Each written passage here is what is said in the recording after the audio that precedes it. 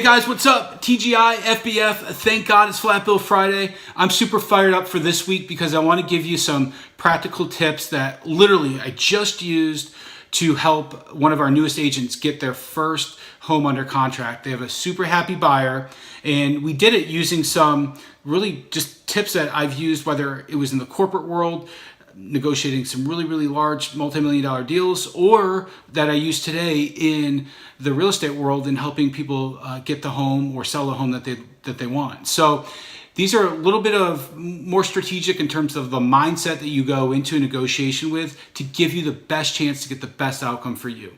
Here's tip number one. It's not you versus them, it's you versus your expectations. And here's the deal. At the end of any negotiation, the final outcome is only one of three things.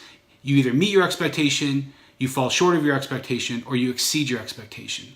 The final outcome that you're left with no longer has any bearing on that other person. So dwelling on the other party or the other person during a negotiation does no good. I see so many times people want to research and look these people up on LinkedIn and what they do, and then look them up on Facebook, and then all they end up doing is clouding their mind with stories and hypotheticals when really you need that time, energy, and emotion focused on you and what you're trying to get in the outcome. I think if anybody knows me on these videos, they know I'm anti-selfishness. However, you are the ones stuck with the outcome at the end of a negotiation. So if there is a time ever in life to be selfish, it's knowing what you want to achieve and what your expectations are in a negotiation. Tip number two, there's value to everything in a negotiation. It's not just the bottom line number, right? So just because it's not a number in a contract or some sort of term or condition in a contract, there are things beyond that have value to them. For example, in the home buying or selling process, one thing that has value to people is peace of mind. Being able to lay your head on a pillow at night, knowing the house you want is yours, it's under contract, or the house you're trying to sell is under contract so you can move on to the next thing. Now, either party can put whatever level of value they want on something like that, but the reality is there's still a value to it. So tip number two, just because it may not be as valuable to you or you may not consider it to have any value, doesn't mean that there aren't other things that have value. So everything has value in a negotiation.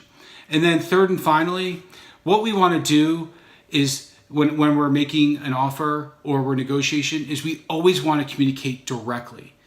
And I can't tell you how many times I've been in a multi-offer situation where I get no direct communication from the other person. And I can tell you whenever I'm in any offer, whether it's just a single offer or multi-offer situation, I'm going to go ahead and communicate directly with the other party. That doesn't mean I'm going to hash everything out over the phone on the first call, but what it does allow me to do is A, introduce myself, B, let them know that I'm bringing them an offer, and C, what I believe is most important, is they for the first time get an opportunity to see how I'm going to communicate, the level of professionalism I'm going to bring, and it gives me an opportunity to provide a reference. So let me give you this very specific example. A couple months ago, I was in a multi-offer situation, and I knew there were other offers coming. So I did what I always do. I called the agent, and I said, hey, my buyer is very excited about this home. We're bringing you an offer.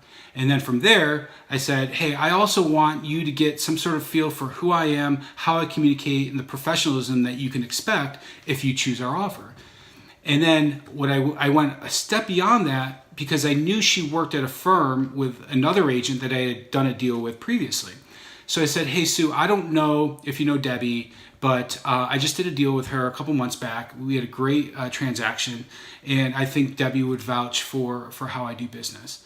And she said, oh yeah, Debbie, her desk is right across from mine. We worked together for 15 years. A couple hours later, I get the call from Sue, offer accepted. Now, all I'm saying is, I'm not going to say that was the only reason we won. We did bring a good offer, but to be able to communicate at that level definitely gives us the best chance to win. So it's not you versus them, it's you versus your expectation. And you want to make sure that you're communicating with everybody directly and there's value to everything in a negotiation. Those are my tips. I hope you win whatever you're negotiating this weekend, even if it's that second hot dog. We'll talk to you next week.